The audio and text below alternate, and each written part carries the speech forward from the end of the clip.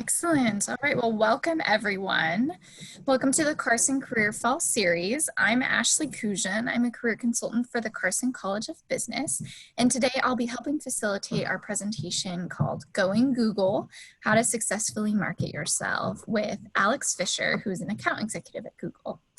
So I'm really excited to get started with today. And as our attendees log in, we'd like to remind our participants of some helpful ground rules. So as you'll see noted on the slide, we'd like everyone to mute their microphones upon entry. So this helps prevent echoes during the presentation. We ask you all to consider turning your video on so that presenters can see attendees' faces. We will have a Q&A at the end, so feel free to use the raise hand feature or the chat box to ask questions. And for WSU students, use the sign-in link provided at the end of the session to sign in to have your attendance recorded. So also, as you'll note, this session is being recorded today. So thank you to all of our participants for joining. We'd like to extend a warm welcome to our guest speaker, Alex. Please welcome Alex from Google, everybody. I'll pass the mic over to you so you can provide a quick bio about yourself before we jump into today's presentation. Awesome. As mentioned, my name is Alex Fisher. I'm an account executive at Google, focusing on Amazon Web Services and Amazon physical stores. So it's anything from Whole Foods, which I'm sure the majority of you have shopped at, to Amazon Books, 4-Star, Amazon Go, and Amazon Grocery. So I can go and dive into my agenda a little bit and how I got to where I am today. If there's nothing that Amy wanted to cover prior, if there is, then we can just go ahead and kick off. I am good. Ashley, if you want to switch over, I will share my screen.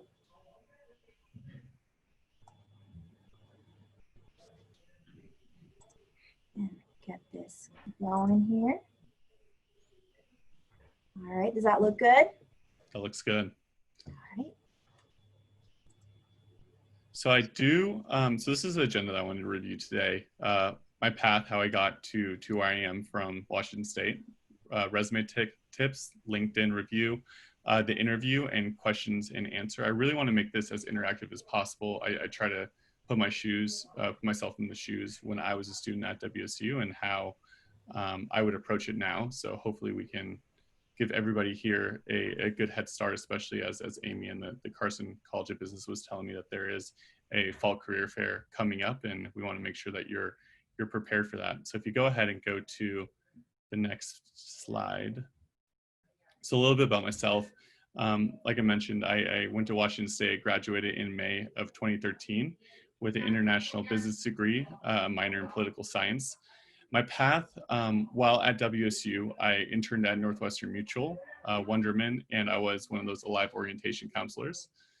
As I graduated, I got a role right out of college going to Ann Arbor, Michigan, working with Google's small to medium-sized businesses. So this is really any business that spends money with Google. I was essentially an account strategist helping these small businesses grow and expand their presence online.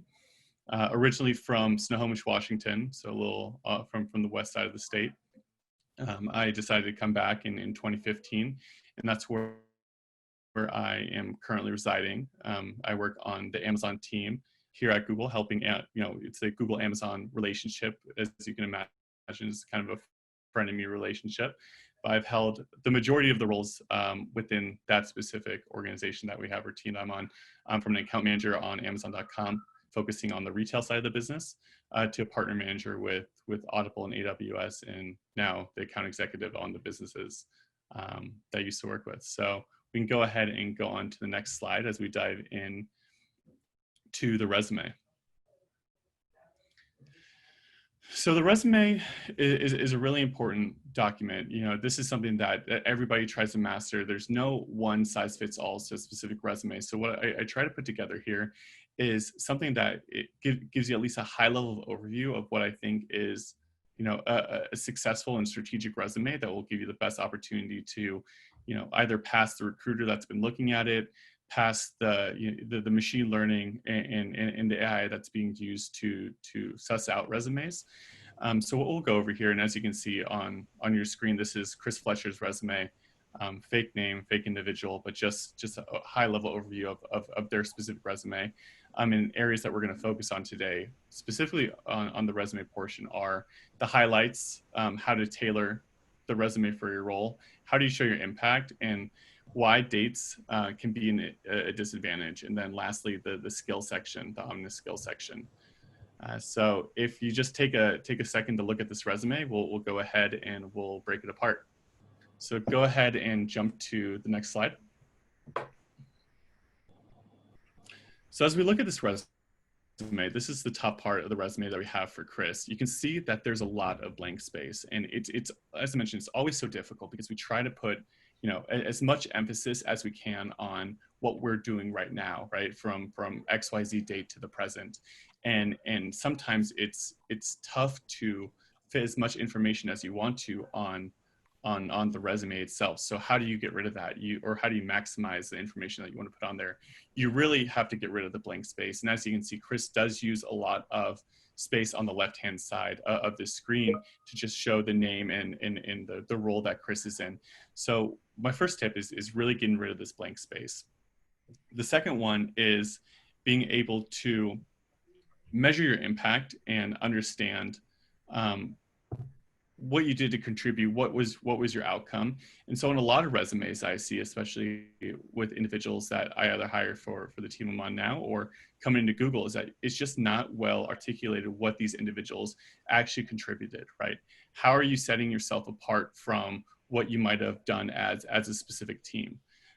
What was the outcome? And as you can see, for Chris specifically within this resume, we just don't see a lot of numbers, right? And typically when we look at outcome and impact, we measure that on a number basis. So you be creative with how you're approaching your resume, right? Whether it be dollar amount, whether it be individuals influence, number of individuals that you taught, year-over-year growth, whatever the case might be. These are numbers that help show how you contributed and what you did, what the impact was of your contributions. The last one on this specific page is tailoring your resume for the role. A lot of the times we see resumes coming in that look very generic. They maybe were mass sent out because you're applying to tens to 20 different types of roles. So there's a blanket approach to that, but really the goal is to really tailor your resume for the job that you want. In a lot of the ways to do that is look at the job description of that specific business and the job that you're applying for, and see if there's a way to blend in those specific keywords that you see being used, such as, community support specialist. We're looking for a community support specialist, or experience with help centers, right? Bake in those specific words if you do have those, or other trigger keywords that might allow you to match better with, the machine that's looking at the resume, or the recruiter that's ultimately gonna give you the call back. If you go ahead and go to the next slide. So the next one is once again, we have a lot of information on the left-hand side. It's really tough to understand, what the purpose is. The About Me section, I think, is really important, but there's a way to do this strategically. And this is where I think, having LinkedIn be the extension of your resume is really important. LinkedIn is going to be a place that, individuals are going to go to learn more about Chris in this sense, or learn more about you as an interviewer. This is a place, as we'll go through later, where you can share more details about what you've actually done that you don't necessarily need to show on your resume, because of the fact that you've already drawn them in and brought them to your LinkedIn experience. So I think it's really important to always include your LinkedIn handle as a part of your resume, so that if it's electronically submitted, or if it's submitted on a paper, that an individual can look you up and learn more about you. The next one, when we look at the additional experience, I've always thought this is really interesting, especially as we look to age biases, right?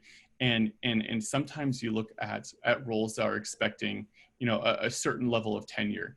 And I, in my position, I've always thought that, the level of tenure is a really interesting concept, because of the fact that tenure can be gained from a year standpoint, right? How many years are you in a specific industry or how many years have you been in that specific role. But also I see tenure as the experience that you've brought together, and kind of going back to the top part of the resume, what brings, what you've contributed and what the ultimate outcome was. And I think that's tenure if you can really measure that impact. So when we look at education dates, it's really, I don't like including education dates because it's one way to say, okay, this individual has a great experience. We see a lot of really high impact things on their resume, but it looks like they might be a little too junior because they just graduated college in 2018, and we're looking for someone more senior for the role. And so you automatically were locked into an age bias just because you did leave that there. When we're looking at interview, interview can important to recognize, right, their contributions and not get hung up on these specific dates. So my advice to you is as long as you graduated from an accredited university, which Washington State obviously is, just put Washington State University down in your major, and I think that's already going to give you a head start. The last one, which is kind of a pet peeve of mine, especially when I'm looking at resumes, are the skills portion of it, right? A lot of the time you see Excel on there, you see PowerPoint, you see usability testing. The skills are really tough for me to digest and understand as an interviewer because we don't know what that means, right? We can't really gauge what a proficiency level you have in Excel or the proficiency that you have in a specific program. So that's where you're really able to bring in these skills and bring them to the fold in your top section of your experiences in your resume. And that allows you to expand on the skills that you might be proficient in. But putting a section here really doesn't tell us much about what you're able to do, because your ability and what you think might be proficient is going to be different than someone else's ability and what they think is proficient. So I hope that clears up some of the common misconceptions that we see about resumes, and will help make your resume a little stronger as you go into the educational career fair here in the fall. So we'll go ahead and jump into LinkedIn. So LinkedIn, as I mentioned, is an extension of yourself. It's an extension of your resume, and this is really an area that you can really shine and show and go into more detail about what your accomplishments are, and be able to have individuals vouch for your accomplishments. Over the course of this LinkedIn section, I want to cover off on some very important points to look at as you build your LinkedIn profile together. The first one's your professional picture, your About Me section, your experiences, and how you can strategically break that out for your role.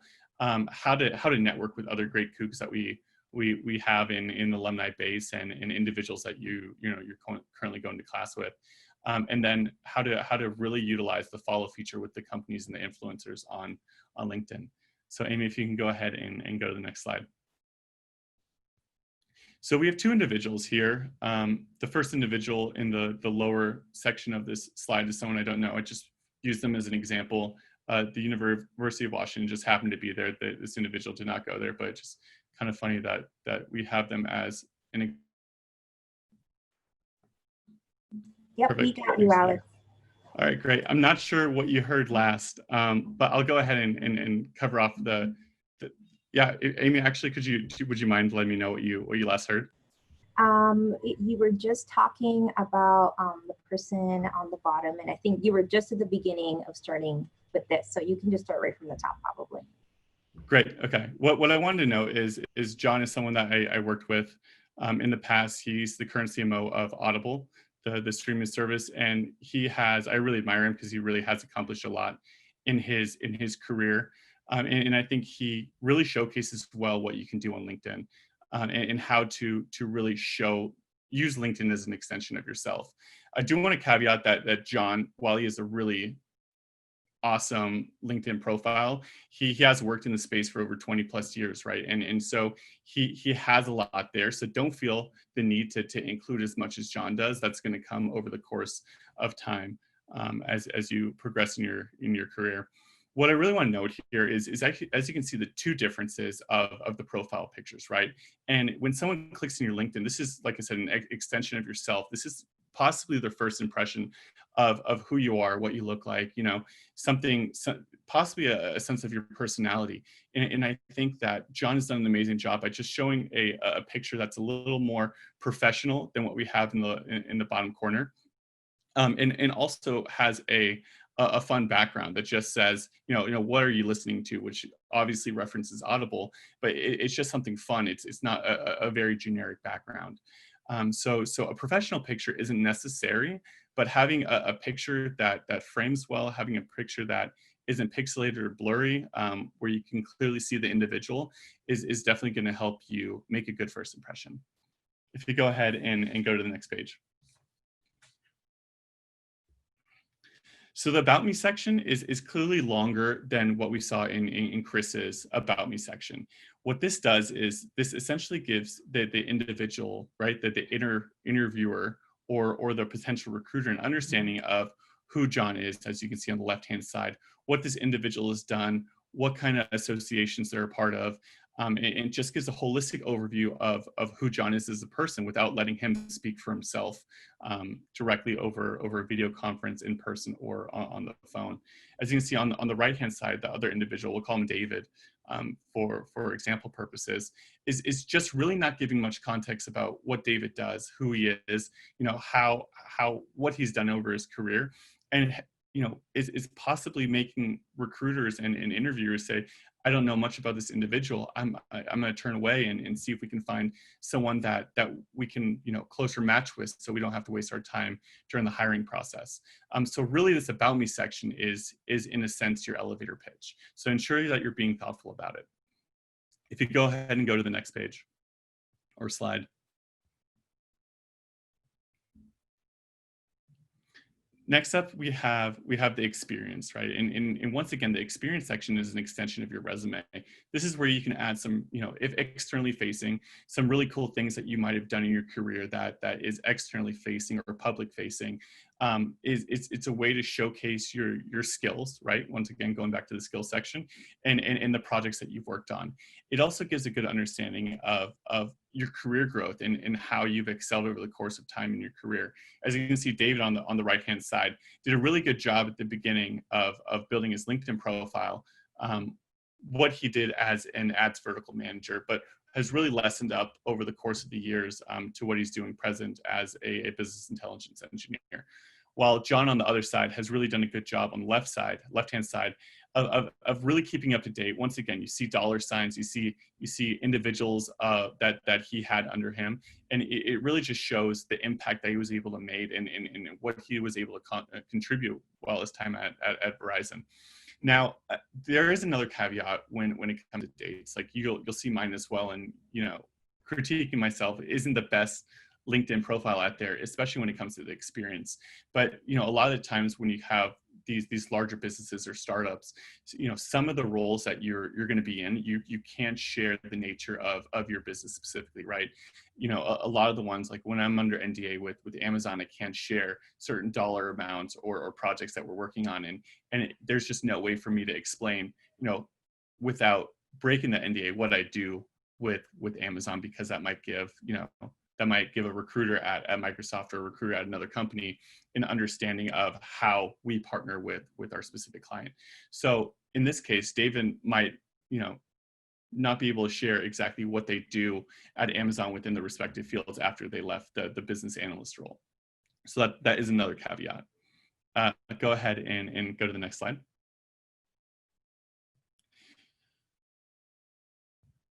The interview phase, it looks like we're missing a slide. There were two other things that I wanted to follow up on when we look at the LinkedIn profile. I think LinkedIn is an extremely important tool in order to reach out and utilize your network. And network isn't necessarily someone that you've met and that but also your network is a commonality trait that you might have with an individual that says, hey, we're similar and we want to support each other. I think a great example of this is our Cougar network, and being able to say, hey, you're a Coug, I'm a Coug, we have very similar backgrounds and experiences. I would love to grab coffee with you. And I think, especially in our community of Cougs, like there's no reason why you can't reach out and ask, about certain things if they're willing to share. Cougs are very helpful in that way. And I think LinkedIn is a really great tool to be able to reach out to individuals and, ask them more about their role, especially if you're looking to apply at the same role within the company or just a similar role within another company. It's another great way to reach out to individuals. Cougs, I'm going to use again that example at, the business that you're looking at, just to be able to gather information for your interview. And give yourself a leg up to show your interviewer that you know something about your business and that you're putting the legwork because of the fact that you reached out to someone, either that's role specific or that's business specific. Lastly, in LinkedIn, I think following companies and influencers is really important. It's one way to understand, companies love to brag about what they're doing, especially if it's cutting edge. And it's one way to understand that what that company's doing, especially if you're interviewing for the company, they normally, post right after the press release what they're doing. And you can bring that to your interview, showing them that you're connected and you're in tune with the industry that you're applying for. So I think LinkedIn is a great way to follow the specific companies and influencers that you're passionate about, just to gain that information and insight. So now go ahead and move on to the interview section. So the interview, there's really 6 focal points, specifically focused on how I like to approach an interview. Coming out of college, it was really tough to recognize, what kind of skills do I have or did I learn over the course of my educational career, and even what I was doing outside of education, but up until the point of applying for jobs. The abilities I have, it's difficult to see what that looks like when you apply for a role and they say that they want XYZ, right? Consulting, but you've never done that before. The reality is that, as you've progressed throughout your educational career, or have gotten internships throughout college, you do have these skills that they're looking for. And it's really important to be able to translate those skills from the education space or from your internship space into, how that might relate to the job that you're applying for. So that, I think, is really something that you should take a sheet, write it down, the skills that you think you're good at, and understand what that might translate to as you look for roles. So Google specific, the Google interview categories are really interesting. We recently hired 2 individuals on my team using these 4 specific principles that we use for the Google interview categories. At Google specifically, we ask both hypothetical and behavioral questions. So behavioral question, an example of that is, tell me a time where you have managed a team and there was conflict that came up. Right? That's the behavioral. The hypothetical is, if you were to invest $1 million in a business plan, how would you do it? And so recognizing first and foremost the types of questions that you're being asked really is going to set you up for how you respond to this, and how you respond to the interviewer who's asking these questions. At Google specifically, the interview process is broken up into 4 individuals asking you these specific 4 categories: leadership, role-related knowledge, general cognitive ability, and Googliness. The leadership is in really what we're looking for when we say leadership is going to be a behavioral or hypothetical question that shows us that the individual that we ask the question to is a self-starter, that they're a team player, that there's someone that can lead and influence. I mean, the classic description of what you see when you look up leadership in the dictionary. The next one is role-related knowledge, or RRK. Role-related knowledge is what you have done or what you have learned that you can bring to the table, right? And this is once again where recognizing those translatable skills comes in handy, because if you're applying for an account manager role, but you've never been an account manager, you've done a lot of things to get to where you are to the interview process that is role related, right? As you go through college and you look at the things that you've done, such as organization and planning and being able to manage different individuals on a team project, like those are exact translatable skills to an account manager role. And when someone asks you the specific question, it's really important to use those specific examples and tie it back to the role to show the interviewer that you know what you're talking about and you do have that experience as they ask you a role related question. So this isn't something that you necessarily have to have a job for prior. You just have to understand how to use it, and once again, understand those translatable skills that you do already have. The next one is general cognitive ability. This one focuses on being able to solve complex problems, analytical skills, strategic thinking, intellectual curiosity, mean that you're always willing to learn. And an example of when I applied for Google and had my interview, I had two type of general cognitive ability questions. The first one is how many windows are there in Manhattan, right? And the answer to that and how you approach it is exactly what they want to look at, right? When someone asks you how many windows are there in Manhattan, first off, no one knows how many windows there are in Manhattan. You can probably guess. But second, they really want, individuals that ask you a GCA, general cognitive ability question, are really looking at how do you get to your answer, right? If you have an answer. When I think about this and think about how I answered, it's really taking a step back and asking questions. And we'll go through this during the test, during the tips of answering a question. But it's asking questions like, are we talking about Windows in a building, or are we talking about operating systems based off of Microsoft Windows, right? And it's those specific questions that tell the interviewer that you're thinking about things in a very different way. Last question or last type of question is Googliness. And this is obviously something that's specific to Google, but really every company or business has sort of way to describe individuals that they're looking for. And this isn't necessarily a fit category, because we strive away from fit. We don't think fit is a good way to measure an individual's impact on a team or how they're going to be as a Googler.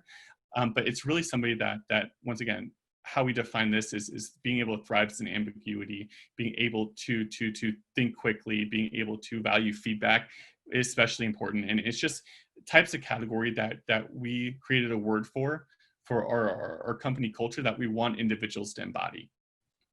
The next one that we look at when going through the interview process are just some virtual tips.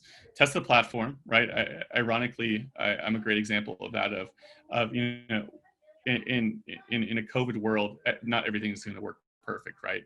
And being able to test the platform, that you have the password, that you have the correct link, that you're able to get in the session is really important. Having a backup, in my case, when your internet fails, is really important, right? Being able to use a mobile hotspot, being able to troubleshoot and quickly jump to another device if needed.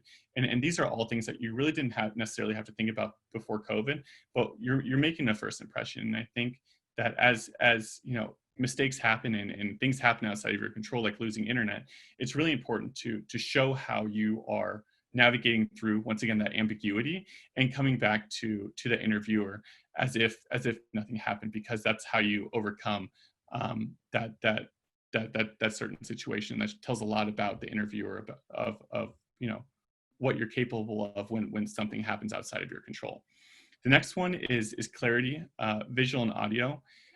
From a visual perspective, being able to talk directly into the camera as if you were face-to-face in person is really important. Being able to lean into the conversation, not leaning back and showing that you're disengaged or uninterested, but really leaning in, because this is, once again, as if you were in person. And this is possibly, the only time for a while that you might meet this individual. I mean, we have individuals on our team that I interviewed that I haven't met, and they've been on our team for the last 9 months. So this is really your one chance to lean into the conversation and have good conversations with them as they interview you. Next is audio. Sometimes this is controllable, sometimes this isn't, but just ensure that you are able to speak clearly, that you do have a system set up so that individuals can hear you and it's not hard for them to hear your answers or assume what you're thinking. Very important. Next is pre-work. Understanding the work that you're going, the job that you're applying for, the type of things that you should probably be thinking about. Do your research and show them that you actually care about the company and the business that you're applying for. This also goes back to the LinkedIn and being able to network and reach out to individuals. That just shows that you're going the extra step because you really want that position, you really want that job, and you're really excited about the opportunity that you've been given. Take your time. I think this is always tough, especially, as a presenter right now, not hearing feedback, right? I don't see any faces on the screen. I don't know, if someone's smiling, if someone is in the room, whatever the case might be. But really the reality is, in this world, like it's so tough to get everything across that you want to, but make sure that you take your time, that you're thinking about the situation, and understand that there might be a broken connection, or that your answer might not be sufficient enough, but you can repeat that and say, I'm not in a time rush. I want to make sure that you heard everything correctly. And last one, and most important one, is make a human connection. This is more important than ever during a pandemic, and things come up where I have my dog next to me. Theo could bark anytime and make a disruption, right? But being able to say, oh, that is, that's a cute dog, and take the attention away is something that I actually learned at an executive meeting for Northwestern's the what's that school called? The Kellogg School had a presenter come in and talk about humanizing the situation, taking your attention away from the what's drawing your attention away for a second, like a kid or a dog, and really being able to notice it and then bring the conversation back in. And that is a really important trait to be able to do during the interview process, because like I said, things come up over VC, and it's really hard to control your environment. So go ahead and go to the next slide. Within the interview process, so this is when someone's asking you a question. I think 4 is really one of the most important things that I've talked about today, being able to balance brevity and detail. I like to use a framework called the STAR framework, which is situation, task, action, result, and then I like to add a reflect if necessary. And this is really a way to approach a specific question. So if you're asked one of the behavioral questions or hypothetical questions of, tell me a time where you were an account manager and you had to deal with a difficult situation. So what I would do in this case is I would, once again, as point number 3 said, take your time and be able to write out my answer for this, right? In an interview, they're only going to ask you 3 or 4 questions. There's typically a lot of extra time. And what happens in this case is if you're not able to articulate this precisely, right, balancing brevity and detail, once again, you might continue the conversation and draw off.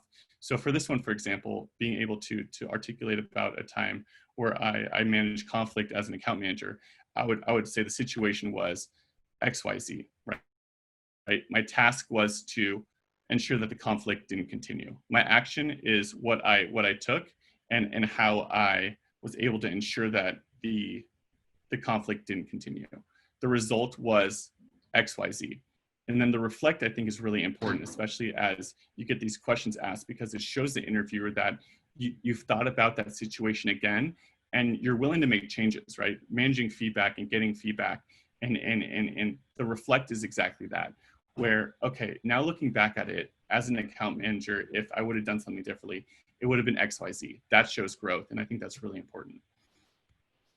Number 5 is ask a question. Beforehand, I like writing some questions down to ensure that if there is enough time left over, if we do go through those 3 or 4 questions that are being asked of you, that you're able to ask strategic, specific questions. This might be, business related. This might be personal. I would target it more towards business, but something that allows you to stand out and show, wow, this individual can actually ask a really impactful question. And if you have a handful of those, 1 or 2 of those, I think that's really going to help you seal the deal. And lastly, the follow-up. This can be really tricky if, depending on the company that you're dealing with. If you have the email of your interviewer, I think it's always great to follow up and make a note of the conversation that you had.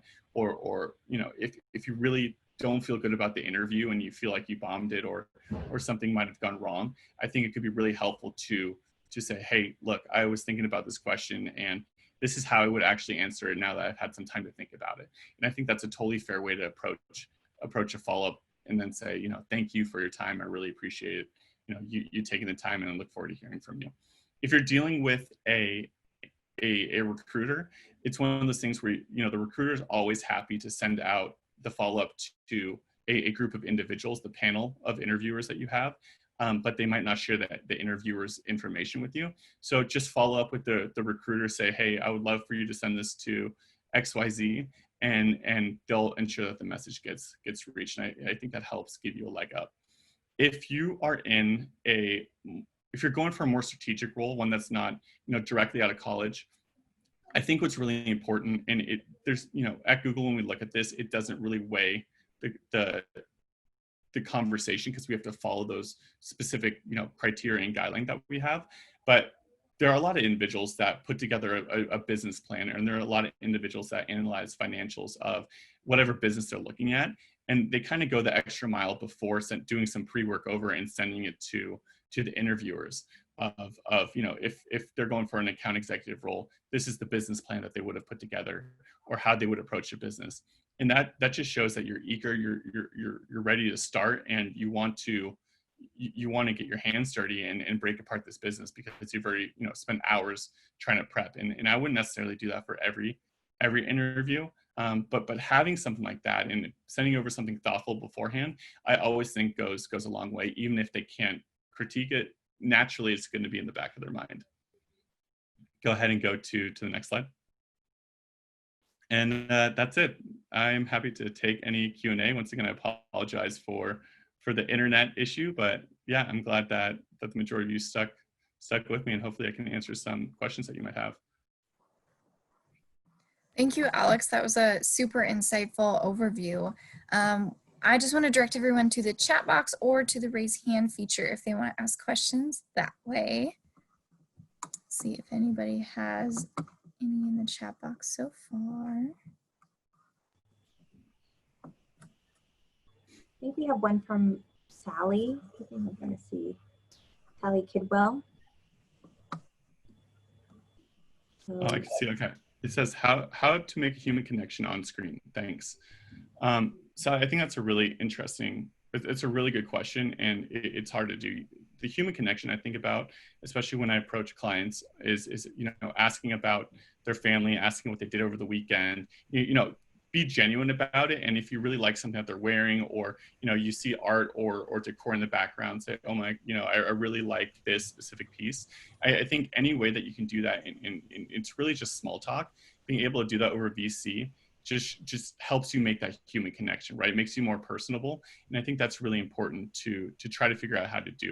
If it were me, it'd really be, genuinely trying to get to know that individual better and understand, what makes them tick, or what do they enjoy doing, and see if there's really anything that you can relate with that individual to. That's how I would make a human connection over the screen. Luis, go ahead. Oh, I was just saying thank you. I was going to jump to the next one, but you're on it. You go for it. Should you put military service on your resume? I absolutely am a big fan of putting military service on your resume. I would still follow the resume order of from a chronological order of, if you're currently in the military, put present there. But if you're not currently in the military, add it as, one of your experience pieces. And this is something that I work a lot with. We have a VetNet, is what we call it internally at Google, where I work with a lot of individuals out at JBLM to help tailor their resumes, help them during the interview process, and try to take what they've done, those translatable skills, to be frank, in the military, and translate that into a civilian lifestyle.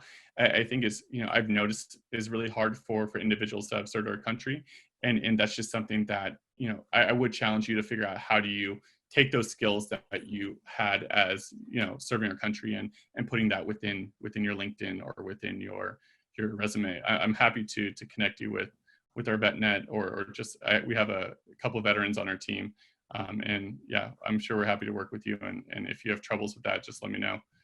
Feel free to reach out to me. Looks like the next question is from Christy. In terms of software skills, Alex, what would be your recommendation to learn further to stand out? Yeah, that's a good question. When I think of that answer, it really depends on the role that you're applying for, right? Is the role that you're applying for, is it Excel heavy? Is it SQL heavy? Is it, CAD heavy? Whatever software that you need in order to excel at that role is something that you should learn or allow or get some certificates for online. And I think that will help you, obviously, as you said, stand out. It's just so tough to answer that question because I don't know what role you're applying for. But if you said, look, I'm looking at an analytical role at Google, right? I would say, well, some important things to do as an analytical lead at Google is to be able to understand Google Analytics, be able to understand SQL, and be able to write code, and be able to understand testing frameworks, and how do you put together, a causal impact analysis, and those specific things that are so specific to the role that might not be the same if you were a designer or a UX researcher. So those are things that, you know, are going to vary based on the role that you're applying for. I think the next question we have is more related to the resume again. So is it important to include high school or actually LinkedIn, resume or LinkedIn? Is it important to include high school you went to? Yeah, so I don't think it's as important to include high school. So if I had to give you a more detailed answer, I'd say no, don't add high school. I think what you've done in college is going to be sufficient. I don't think anybody's going to look at your, you know, what you did in high school, because college really is that next level. And you see the same when you get certain levels of degrees, that, you know, what you did during your bachelor degree isn't going to be as important as the information you put when you get your master's or your PhD. So especially when you're applying for a job right out of college, having that college information there is important. You know, possibly your grade point average, if you graduated with certain honors or you're a part of a certain club, I think that's going to show more than, you know, what you did in high school, or what high school you went to. Great. And bouncing back to the interview format, there's kind of a two-parter question here about how many seconds would you say is appropriate to answer per one question during an interview? And how would you handle if you couldn't think of an answer during the interview? Yeah. So to answer the first one, the seconds, there really is no time frame, right? And what's really difficult about the answer I just gave is that you might be thinking, well, what do I do if there's no time frame? How do I know if I'm going too long, or how do I know if I'm not providing enough information? And I think that really goes back to the framework that I mentioned during the interview portion, the STAR framework, where you should be able to give enough information without, you know, rattling off and being too long, but you also should be able to give enough information within that framework without being too short. So my advice would be, you know, stick to that specific framework, the situation, task, action, result, and a reflection on what happened, and that will give you enough time to really elaborate on the answer that you're giving without going too long, without going too short. And if they ask you a follow-up question, right, like a secondary question to the response you gave, you can go back to what you wrote down or that framework and almost reiterate what you said to back up what you said, right? To say that there's strength in what I said, and I still stick to my guns, or I still stick to my answer as it relates to the interview question I just gave, or the interview answer I just gave. I hope that helps. Once again, there's no specific time. Just don't ramble on too long and follow the framework. The second question was, can you remind me, Ashley? Yeah, absolutely. So if you're in a situation where you Okay. can't think of an answer on the spot, how would you handle that? Yeah, so I think it's better to be frank, and say, you know, not necessarily go out and say, I don't know the answer, but I think that gives you an opportunity to probe and ask more questions, right? It maybe you don't know an answer, but also maybe the interviewer did a bad job and they didn't articulate the question well enough. And so I would challenge the interviewer and say, could you repeat the question, or could you approach a question in a different way? You know, if you still don't understand it, do you mean, you know, whatever you got out of it, whatever inference you made out of it, do you mean that XYZ is how I should approach it? Is that what you're asking me? And just continue to probe, because sometimes you might be nervous and just forget what the actual answer is. And majority of the time, unless you're, you know, in engineering, there isn't an actual answer, right? It's based off of your past experiences. So if you still don't have an answer after that, I think that's where you go back to the first bullet point in the interview, is recognizing those translatable skills. And hopefully you can recognize what you've done in the past based off the question that you were asked, and form that into an answer. All right, we got some more popping in. I did see one back related to technical skills. Would you recommend taking the new Google certificates in addition to the degree that the students are earning at WSU right now? Yeah, I think that goes into back to my point about like what should you know and what should you be proficient in. And if you want to go down the road and have a job at Google, you know, we're going to train you internally on that specific certification that you need in order to do the job well. If you're going for a marketing position at an agency, or you're going into, you know, whatever that certification is filling in type of position, then I would recommend it, because that just is going to give you a leg up and say, hey, I already have this certification, I already know it, and I'm working on, you know, if it's analytics again, I already have my Google Analytics certification, I'm working on my Tableau one. And I think that just gives you, you know, more weight into the interview situation, and more accreditation going in. But if it's just, if you're doing those certificates just to have them, but there's not any angle in mind, then I would say maybe that's not the best use of your time, and see if, you know, based on the job you're applying for, if there are other certifications that you could use. And lastly, if you don't know what you want to do, period, I mean, maybe you do take the certifications, and that will give you some inspiration on the jobs that you might want to apply for. Because I've taken those certifications. There's a very diverse set of skills across each one of those certifications, and maybe something strikes your interest from there.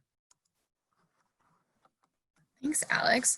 Next question we have is related to resumes. Question from Haley.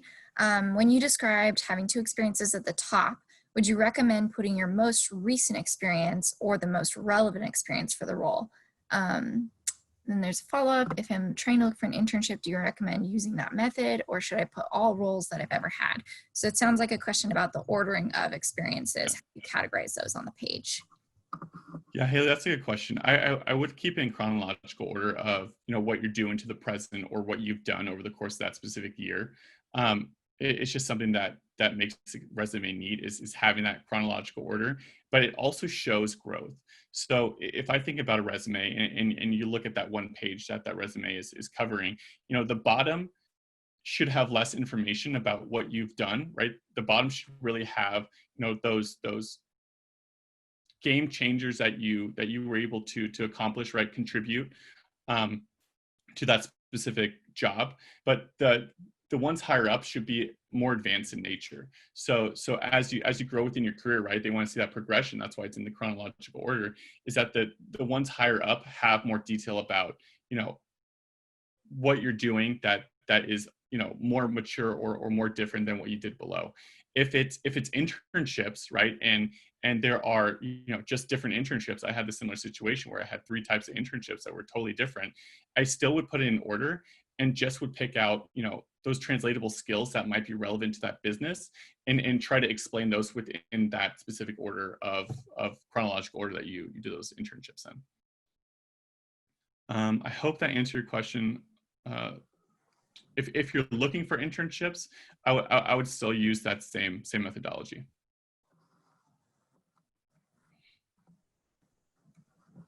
All right, Haley says, yes, thank you. Did answer Haley's question. We've got a question from Luis. Says, previous professors have told me that one page is substantial. Is it wrong if it's more extensive than one page, and do employers ever dislike that? Yeah, that's a good question. It's tough because, you know, if you have a lot of experience, you do want to showcase it. But I do think, I mean, I've seen some CMOs that still have one page resumes, right? And it goes back to, like, if a CMO has a one page resume, you know, why should another individual that has, you know, that might not be in that caliber of a position have a longer resume? Is there something that they really need to get across that is going to make them stand out? And I think if that's the case, you know, I would, I mean, this is going to sound very tactical, but check your margins, make sure that there's no white space, make sure that you're really filling out the page, make sure that the resume is strategic in the sense that you know, in the bullet points that you have there. And I mean, you don't want to think about it as like a standard operating plan, right? Where you have, this is what I did all the way through.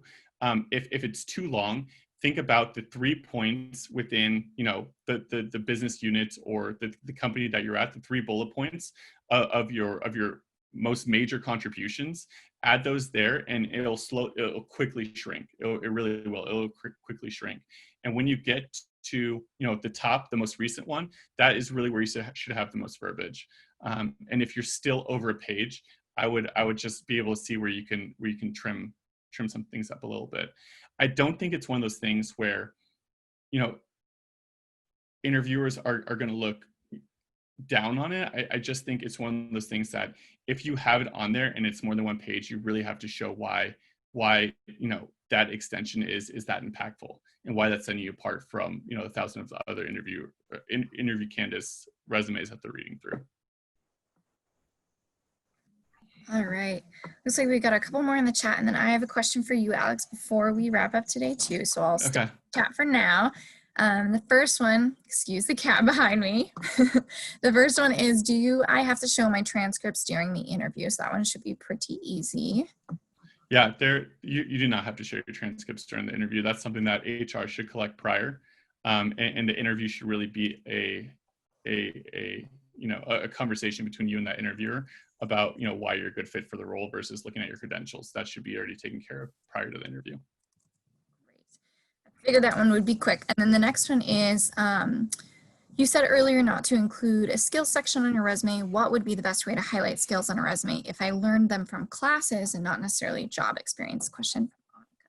Yeah, I think that's looking at, if you haven't learned them on the job, it asks the question of, what's that proficiency? And maybe you haven't had the opportunity to showcase that because you haven't had a job that uses that specific software or that specific skill.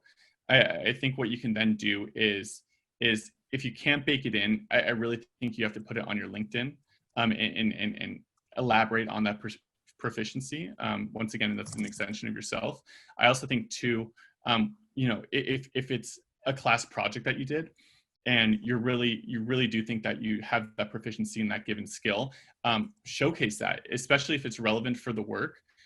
Showcase that and send it over to the interview panel prior and say, this is what I was able to put together a business plan in Excel that shows your Excel usage. But if it's just going to be I'm proficient in CAD without any examples there, I don't think it's a strong case. I think it's better to send something over and say, this is why I think I'm strong in CAD, or build that into your larger package. Thank you, Alex. All right, so I think we've caught up with the chat one, so that's perfect timing for me. So as all the students are asking about, how can I best market myself? How can I sell myself during an interview? We like students to also think about, what do they need to be thinking about with companies, and maybe asking the companies in the interview to see how the company can sell themselves as well. So one of the things we like everyone to touch on is with regards to diversity, equity, and inclusion. So how does your company address inequalities and support systemic change through diversity, equity, and inclusion efforts? Yeah, that's a great question. First and foremost, I think that an interview should be a conversation. I don't think that one person necessarily needs to lead the conversation. I think it should be, like if you're having coffee with someone, a conversation back and forth. So that's the first point. And the second one is with diversity, equity, and inclusion. D&I is something that we focus, heavily on at Google. We have D&I councils within our specific vertical, which is made up of, let's say, 12 to 13 different teams. We have a D&I champion that brings out, hard topics to discuss, topics that are contentious in nature, and brings that to the forefront, and reiterating things that might be microaggressions or stuff that we don't think about in our daily lives, and our team has conversations about those D&I topics. So this could be anything from the Black Lives Matter movement. This could be, we recently had a large one during Pride Month, and these are conversations that I'm so glad that we have internally at Google as a team, because it really allows you to be vulnerable with your teammates, and allows you to understand their perspective on these specific situations. So just having open room for conversation and challenging, certain principles, I think is a really strong case that Google does within their D&I efforts. I think the second and most important one is also recognizing, as a larger company, that there's gaps in our leadership, whether that be, individuals who are in a leadership position that aren't female, that aren't BIPOC, that aren't your average white male, and recognizing that and calling yourself out on that and saying, look, we need to change. We need to change how we approach leadership, and we need to change how we approach hiring, and we need to look at, how do we come to a place where there are a lot of white males, especially in tech, that are holding leadership positions, and be more cognizant of the fact that, we need to hire more women and BIPOC into Google that once again are qualified. It's not a diversity hire per se, but that are qualified and that will make strong leaders. And I think, having those initiatives in place and focusing on the right individuals and ensuring that, like I said, I hired 2 individuals for my team, and we ensured that the pipeline was diverse before we even started the interview process is one step in making that mission possible. Thank you, Alex. I appreciate that. The concrete examples in which Google, it looks like I might have frozen. We can still hear you. You can still hear me? Okay, that's good. Yes. All right. So I am trying to click to the next slide, but it looks like my computer is not responding. So bear with me. I'm using the chat to direct y'all's attention to the event survey. I'm getting an indication that maybe the URL looks a little funny, so let me see if I can stop screen share for just a minute. And I can send the URL on my end if you want to do yours. That would be great, Amy. And then I'll pull up our future events slide. So everyone, we have a couple of things post-event. So right now I'm going to drop a link on the chat. If you could take a second once this call is over to just fill that out. I will also be sending in a follow-up email with this presentation to you all. So if you have, if you're here on this call, you'll be getting that information, and then Ashley can share on the events while I look for your system. Yeah, so keep an eye out for the chat for Amy to include that closing event survey that helps us for feedback and incorporating into future events. We have more upcoming events like this one. So we've got the list of events here. And if you want to use your phone to do the QR code, it'll take you to the events page to register for those throughout the rest of this week and next week. Otherwise, we can also drop a link in the chat for accessing those events that way as well. But thank you all to everybody who attended. It looks like Amy just included the attendee survey, so go ahead and fill that Qualtrics form out for us. Thank you, Alex, for joining us and providing all our students with your great insights about interviewing and LinkedIn. This is super helpful for us all. So thank you, everyone. If you have any additional questions, we'll try and keep an eye out on the chat, but that is this for today.